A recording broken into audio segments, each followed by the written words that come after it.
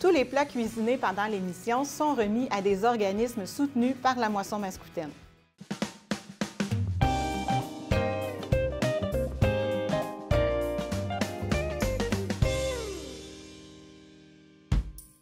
Une pomme par jour éloigne le médecin pour toujours. Bonjour et bienvenue dans ma cuisine. Aujourd'hui, puisqu'on est en saison, on va parler des pommes.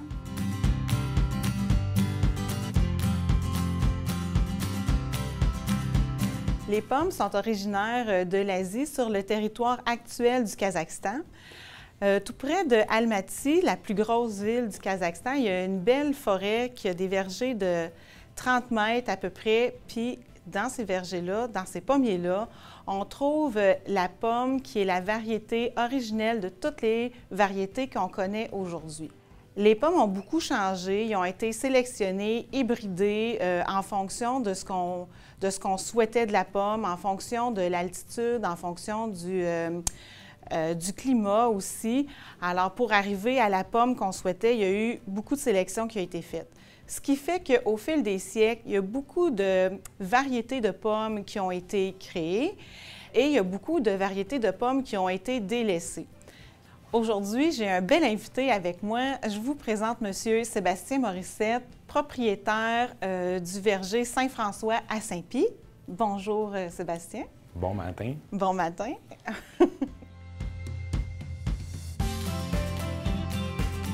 C'est sûr, il y a eu beaucoup de sélections au niveau des fruits. On a gardé les fruits pour leur qualité gustative, leur qualité de conservation, le climat dans lequel on a le meilleur succès pour les produire, hein, parce qu'il y a des variétés qui demandent plus de chaleur ou plus de temps d'ensoleillement. Il y a d'autres variétés, par exemple, nous autres au Québec, la particularité qu'on a, on est un climat où il fait froid l'automne, puis ce qui fait colorer les fruits, les pommes bicolores, souvent, c'est le froid, contrairement à ce que les gens peuvent penser que c'est le soleil.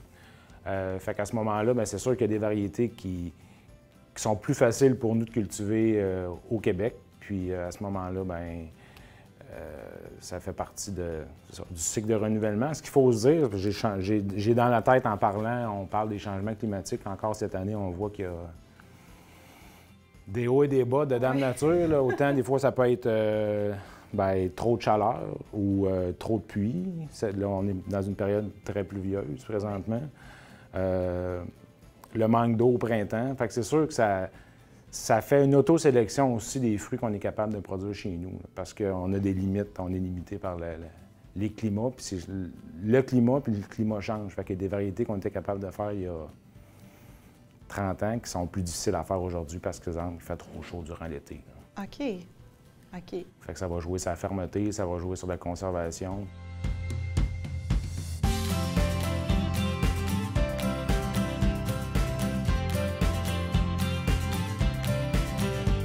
Pour le pain de viande de porc aux pommes, on a besoin de 1,5 livre de porc haché, 3 pommes pelées et râpées, 1 demi-tasse de chapelure nature, 1 cuillerée à table de poudre de chili, 1 cuillerée à thé de moutarde sèche, 1 cuillerée à thé de sauce Worcestershire, du bacon, 2 cuillerées à soupe de gelée de pomme. Pour le pain de viande de porc aux pommes, tout ce qu'on a à faire, c'est de mélanger tous les ingrédients dans un bol. On va les mélanger vraiment comme il faut. On va façonner la viande dans le moule à pain ou bien dans un moule rond. Pour avoir un anneau dans un moule rond, c'est important que le centre soit libre pour être sûr que ça cuise bien. Alors, on va tout bien mélanger ça à la main.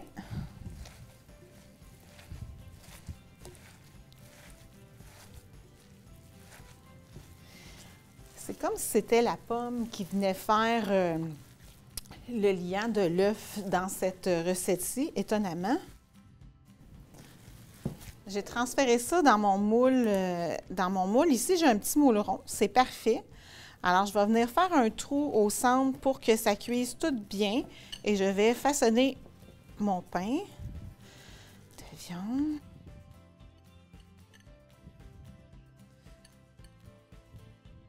Ensuite, on va prendre le bacon et on va étaler les tranches de bacon sur le pain de viande.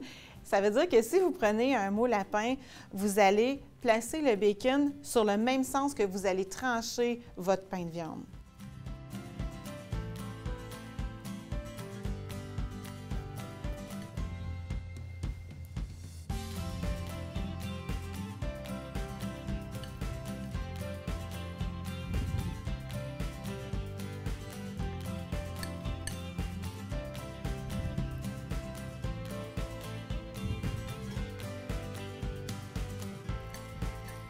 on va envoyer ça au four à 375 pour 1 heure environ.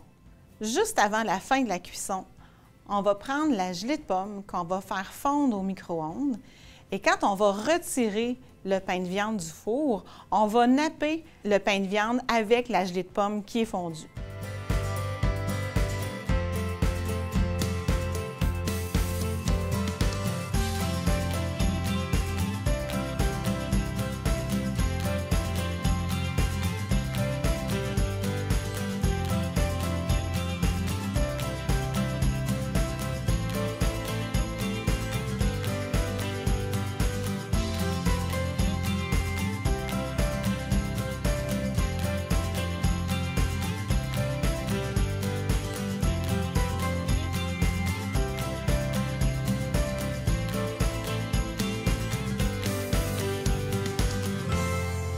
Quel est le cycle de production de la pomme? Bien, si on part du début, dans le fond, on va parler, mettons, de l'implantation d'un verger. Oui. Bon. Oui. Bien, la première chose, ça va prendre des arbres.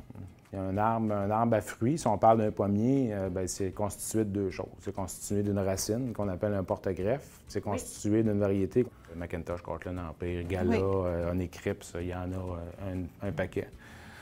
La racine, elle, va déterminer la vigueur végétative de l'arbre, donc quelle grosseur d'arbre on va avoir lorsque ça va être en production, puis quelle grosseur de fruits on va avoir aussi. Okay. Alors que la variété, bien, elle est sélectionnée en fonction de ce qu'on disait, dans le fond, des défis climatiques qu'on va avoir chez nous. Fait que, bien, une fois qu'on a choisi notre variété, notre porte-greffe, on va choisir notre site. Souvent, les sites de verger sont des sites. Ça prend des terrains super bien drainés, puis avec un écoulement du froid qui est très bon. Fait que souvent, c'est des sites qu'on va retrouver en flanc de montagne. L'écoulement du froid pour 2 raisons. Protection des fleurs contre le gel au printemps. Oui. Puis, puis souvent, bien, c'est ça, ces sites-là à flanc de montagne, c'est plus rocheux. Fait que la terre, elle se draine bien, parce qu'un pommier qui a les pieds dans l'eau, souvent, il va mourir durant l'hiver s'il y a des précipitations. Fait qu'une fois qu'on a choisi de planter notre pommier à quelque part, la prochaine étape, dans le fond, c'est de le faire pousser. Fait que tout dépendant du porte-greffe, là, entre le moment où on va planter le pommier, ce qu'on plante, par exemple, nous autres, en production intensive, c'est des pommiers qui vont durer, qui vont être en pleine production au bout d'à peu près 7 ans. Okay. Fait que là, pendant 7 ans, on va le faire grandir, on va l'attacher. On va y commencer à y enlever des fleurs la première, la deuxième année. Puis là, au bout de 3 ans, souvent, on va y laisser des pommes. Puis, fait que ça, c'est un défi. Puis l'autre défi, bien, quand on commence à leur laisser des pommes, ce qui est important, c'est de choisir le nombre de pommes qu'on va leur laisser. Parce que ce qu'on va avoir, c'est un arbre qui perdure dans le temps. Fait que s'il y a une trop grosse année de production, bien, il peut ne pas accumuler assez de réserves d'énergie pour passer l'hiver. Fait qu'il va mourir d'un manque d'énergie parce qu'il fait froid. Puis c'est pour avoir une production constante aussi. Fait que si un pommier donne beaucoup une année, bien, ça se peut que l'année d'ensuite, il n'en donne pas. Souvent, les gens qu'on croise chez nous au verger, bien, disent « Ah, j'ai pas de pommes cette année. Les fleurs ont gelé. » Ils n'ont pas gelé. T'en avais trop l'année dernière.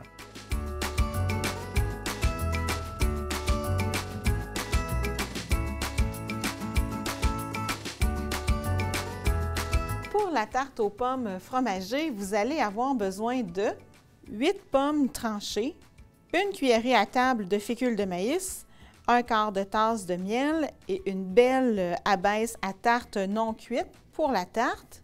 Pour la garniture, 1 demi-tasse de fromage cheddar râpé, du fort ou du moyen, 2 cuillerées à table de beurre fondu, 1 demi-tasse de cassonade et 1/4 de tasse de pacane hachée. Pour la tarte aux pommes fromagées, on va prendre les pommes qu'on va mélanger avec le miel et la fécule de maïs. Alors, on enrobe bien toutes les pommes.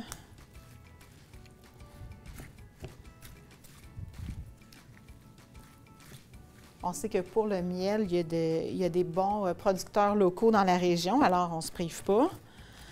On va déposer ça dans notre abaisse à tarte et on va envoyer ça au four à 375 pendant à peu près 35 minutes jusqu'à temps que notre pomme commence à dorer. Fait qu'une fois qu'on a géré notre charge à fruits, bien, après ça, la prochaine étape qui a l'air qui n'est pas si simple que ça, c'est de déterminer quand on va aller cueillir les fruits. Hein, parce que les fruits, ils ne sont pas tous prêts au même moment, tout dépendant de la variété. Nous, chez nous, on cueille des pommes du 15 août au 15 octobre. Fait que, ils ne sont pas toutes prêtes en même temps. Ils ne sont pas toutes prêtes en même temps. Ouais. C'est sûr que je cueille des pommes, par exemple, une variété qui ça serait la Ambrosia, que je vais cueillir le 15 octobre normalement. Au mois de août, elle peut paraître belle, mais quand on croque dedans, elle n'est pas très bonne. Parce que les sucres, ce sont pas. L'amidon ne s'est pas encore transformé en sucre. Okay. Fait qu'à ce moment-là, bien, la pomme n'a pas de qualité de conservation parce qu'elle n'est pas assez mature, elle n'a pas de qualité gustative parce qu'elle n'a pas assez de sucre dedans, puis en plus, elle n'aura pas sa grosseur parce que si on l'avait laissé là 2 mois de plus, on aurait une pomme vraiment un plus beau calibre, puis probablement une plus belle coloration aussi. Okay. Un truc très simple, comme producteur, la première chose qu'on fait pour vérifier, voir si nos pommes sont prêtes, c'est de les couper. Les couper pour aller voir la couleur des pépins. Souvent, les pépins blancs vont indiquer une pomme qui n'est pas prête.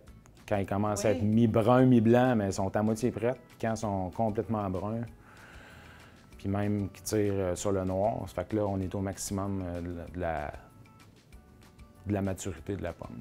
Okay. Parce que les pépins, dans le fond, c'est un peu comme les ovaires. C'est elle qui gère les ovaires chez une femme, par exemple. C'est elle qui gère là, toutes les hormones puis les sucres. C'est elle qui tire ça dans la pomme, qui permet de la faire maturer puis de la faire grossir durant l'année. OK. Très de bonne heure, les marchés vont avoir tendance. Il y a certains producteurs qui ont hâte de cueillir leurs pommes. Il est trop belle, il est trop rouge, mais tu sais, dans le fond, ils ne sont pas tout à fait prêtes. Fait que là, les consommateurs qui vont en manger, bien, ils vont dire, ouais, cette variété-là, peut-être pas si bonne que ça. Non, mais elle va être bonne dans 3 semaines. Là. Fait que, tu sais, il faut vraiment user de patience. C'est le terme exact. Là, il faut être patient. Il ne faut pas penser qu'elle est rouge, qu'elle est prête. C'est pas ça, c'est pas ça du tout. OK. Pour la garniture, vous pouvez prendre le même bol. Moi, je ne me casse pas la tête à aller me chercher un autre bol. Je prends le même bol et je mets la cassonade, les pacanes et ensuite le beurre. Je vais mélanger ça bien comme il faut. Et je réserve ça, je vais utiliser ça quand ma tarte elle va sortir du four tout à l'heure. C'est quoi tes variétés préférées à toi quand tu croques une pomme? Là? En fait, ben moi, je suis producteur de pommes. Ouais. Il y a 2 raisons pour lesquelles j'aime une variété. Ben, c'est sûr que si elle se conserve bien et les acheteurs la veulent, bien, c'est important pour moi, on s'entend, hein, je suis en production. Fait que je fais un produit que j'ai de la difficulté à vendre, puis à conserver, c'est plus difficile. Puis il y a mon goût personnel, qu'est-ce que j'adore manger. C'est sûr que depuis plusieurs années au Québec, on réussit à implanter des variétés plus sucrées. Là. Je pense à de la Gala, je pense à de la Ambrosia, je pense à de la Sunrise, je pense à de la Honey Crips. Il y a des variétés club aussi maintenant qui existent. Moi, c'est une pomme que j'aime. C'est des pommes que j'aime. Ça joue un peu tout le temps dans le même, dans le même portfolio, ce type de pommes-là. Elles sont très fermes, sont très juteuses, très goûteuses. Puis, moi, ce que j'aime d'une pomme, c'est d'être capable d'en manger 2 ou 3 par jour. Fait que j'aime prendre une pomme que je veux pas qu'il soit très acide parce que je viens que j'ai mal aux dents. Oui. Quand tu manges 2-3 pommes par jour pendant 6 mois de temps, bien, ça peut être dur sur les dents, vous en parlerez à mon dentiste, mais c'est ça. Fait que c'est des variétés que j'aime beaucoup puis qui se conservent aussi très bien. OK. Puis commercialement, elles sont aussi intéressantes. Il y a des variétés plus traditionnelles qu'on retrouve quand même, qui sont très bonnes. Moi, les sortes qui m'attirent moins, c'est les sortes qui se transforment bien. OK. Les sortes qui se transforment bien, parce que souvent, c'est Moi, ce que j'aime de la pomme, c'est de la croquer. Mais les sortes qui se transforment bien, mais souvent, c'est des variétés peut-être avec un petit peu moins de fermeté, un petit peu moins de goût, un petit peu moins de sucre, mais qui vont garder, c'est plus des qualités au niveau de la chair, par exemple. On pense à de la Cortland, c'est une pomme qui se tient bien dans une tarte ou dans une croustade. Bien, c'est ça. Au goût, c'est plus neutre un peu. Ouais. Comme une Macintosh, ça se fait très bien en compote. C'est la favorite chez les transformateurs pour faire du jus parce que c'est une pomme qui est extrêmement juteuse. Un petit peu d'acidité, fait que ça fait un jus qui va venir un petit peu plus brun. Mais au niveau gustatif, moi, j'aime moins ça. Fait que, mais chacun va déterminer ses préférences. Au Québec, on doit être capable de cultiver à peu près, de bien faire, là, au moins une trentaine de variétés de pommes. Ah, tant que ça? Oui. Ah. Mais c'est ça. Mais la sélection fait... nous, comme producteurs de pommes, on a un plan conjoint, dans le fond. Oui. On se met tout en équipe pour être capable d'apporter des pommes à l'année aux consommateurs. Fait que du mois de septembre au mois d'août de l'année d'ensuite. Puis bien, c'est ça, on va répartir la charge, on va répartir les promotions, tous les producteurs travaillent ensemble pour amener des pommes à l'année au Québec. On ne produit que 50 des pommes qui sont consommées chez nous. Fait que dans le fond, 50 des pommes qu'on consomme au Québec viennent d'ailleurs. Fait que nous autres, ce qu'on veut, c'est de garder nos places en épicerie de nos variétés qu'on est capable de produire le plus facilement et en grande quantité. C'est sûr que le consommateur fait des choix aussi. Hein. Je parlais de mes goûts variétaux tantôt, de pommes plus fermes et plus sucrées. Oui. Le consommateur aussi le choisit. Oui. À un moment donné, quand il arrive en épicerie, il y en a que c'est des mangeurs de gala. Fait qu'ils vont manger de la gala du Québec jusqu'à temps qu'il y en ait. Puis quand il n'y en a plus, ils vont manger de la gala de Washington. Oui.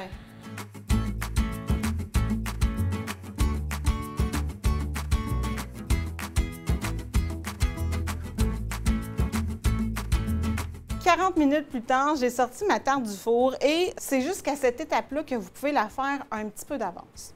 Alors, quand elle est sortie du four et cuite, ce qu'on fait, c'est qu'on vient répartir le fromage dessus. Pour cette recette-là, j'aime beaucoup prendre un fromage, un cheddar, et plus il est fort à mon goût, mieux c'est. Et ensuite, on prend notre petit mélange de pacane et de beurre et de cassonade qu'on va venir aussi répartir dessus. Ensuite, on met notre tarte au four à broil jusqu'à temps que ça commence à bouillonner. On retire du four et on attend 10-15 minutes avant de servir.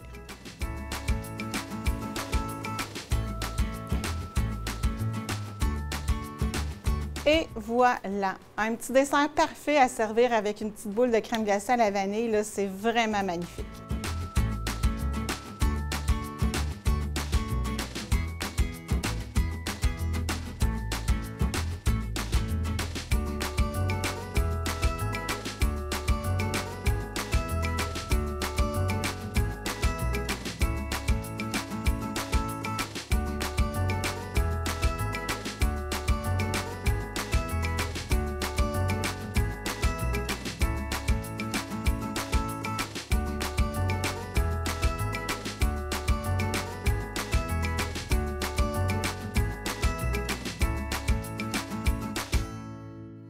Côté cuisine, c'est quoi les meilleures pommes?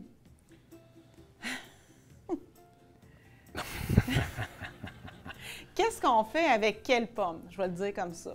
On peut faire n'importe quoi avec n'importe quel fruit.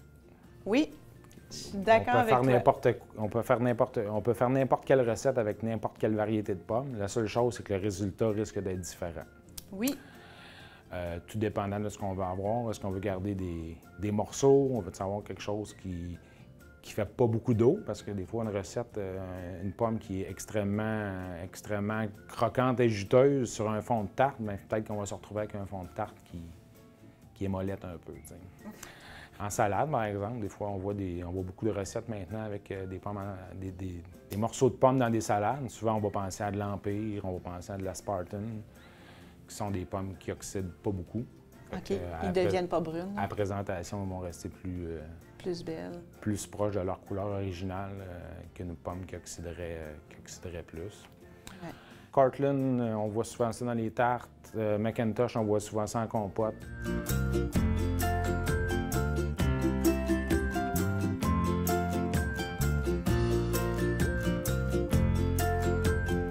Pour le grand-père au sirop et aux pommes, vous allez avoir besoin de 2 tasses de farine tout usage, une cuillerée à table de poudre à pâte, une pincée de sel, une pincée de muscade moulue, 2 cuillerées à soupe de beurre, une tasse de lait, une canne de sirop d'érable, une tasse et demie d'eau et 2 pommes pelées et coupées en quartiers.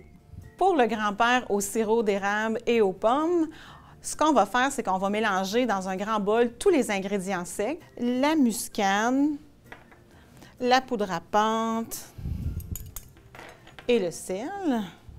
Je vais mélanger ça à la fourchette, comme ça.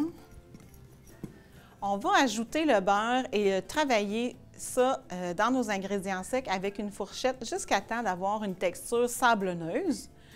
On va ajouter notre lait et on va bien mélanger ça à la manière d'une pâte à tarte pour former une belle boule.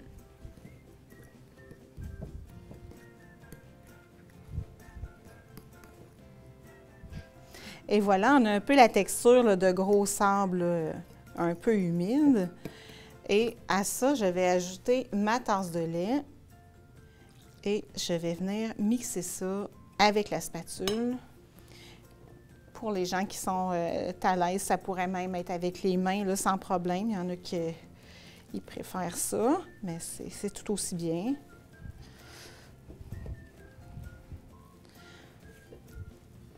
C'est presque la texture d'une pâte brisée en réalité.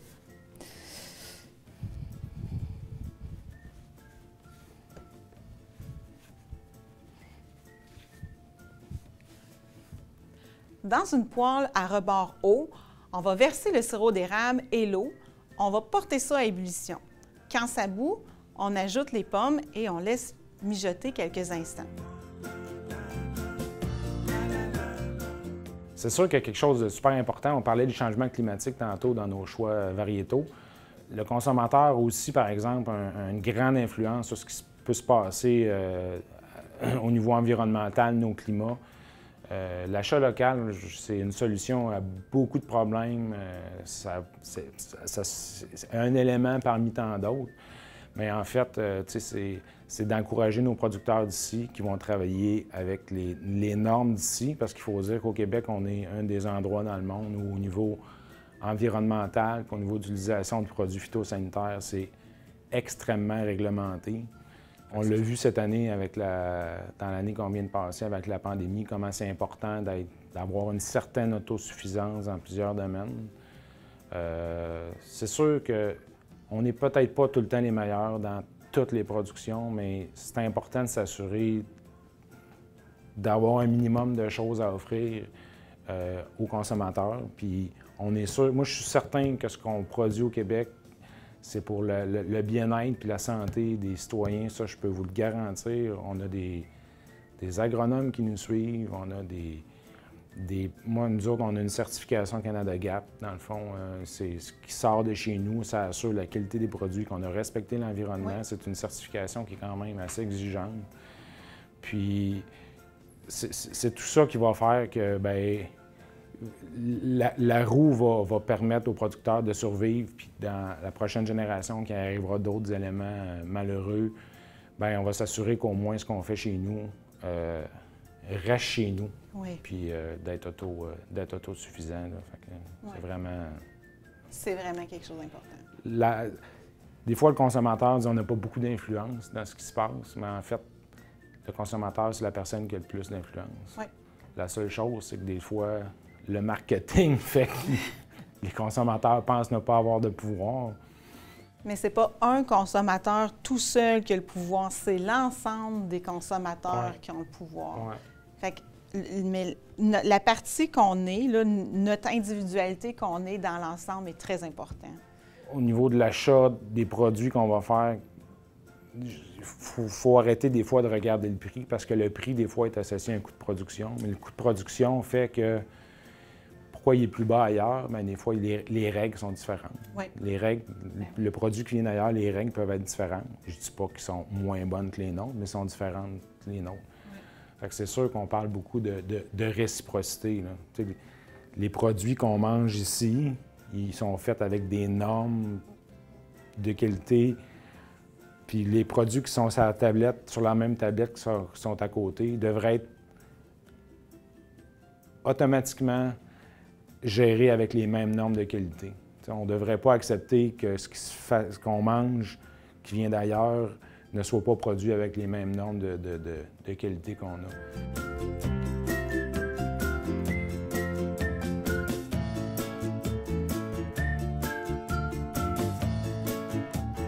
Notre pâte est prête. On va prendre une cuillère à crème glacée ou une cuillère à soupe et on va se faire des belles petites boules d'environ 1 pouce et demi de diamètre. On va déposer ça dans le bouillon chaud et on va couvrir et cuire pendant une quinzaine de minutes. OK. Et voilà.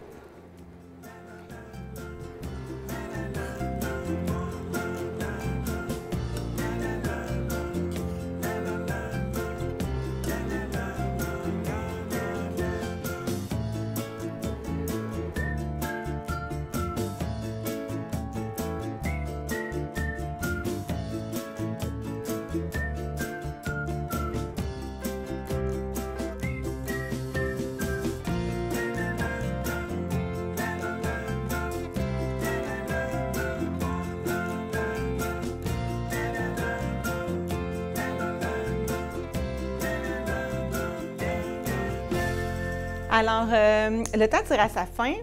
Est-ce que tu peux nous parler un petit peu là, de ton verger? Bien, nous, on est situé à Saint-Pie-de-Bagotte. Les gens peuvent... ça s'appelle le verger Saint-François, comme on disait au début. Les gens peuvent se procurer, durant la saison de la récolte, souvent on est ouvert autour du 25 août jusqu'à début novembre. Les gens peuvent venir se procurer des pommes fraîches puis quelques produits transformés. En kiosque? Oui. Puis là, cette année, bien, à cause des normes environnementales, phytosanitaires, puis parce qu'on a une certification Canada GAP chez nous, on n'accueille plus les gens directement dans le verger. Question de salubrité, ça s'en vient trop difficile à gérer. Là. Fait que, on va s'assurer, par contre, vraiment que les clients aient des produits de meilleure qualité au kiosque. Parfait. Bien, merci beaucoup. Et puis, bien, je vous souhaite une belle saison des pommes. Merci beaucoup. Je vous encourage à aller rencontrer nos producteurs locaux, nos marchands locaux. On a tellement des beaux produits ici au Québec. En attendant, je vous invite à aller visiter le site de la Moisson Mascoutaine où toutes les recettes qu'on a faites aujourd'hui s'y retrouvent. Je vous attends donc la semaine prochaine avec un super sujet qui va intéresser beaucoup de monde, les dates de péremption.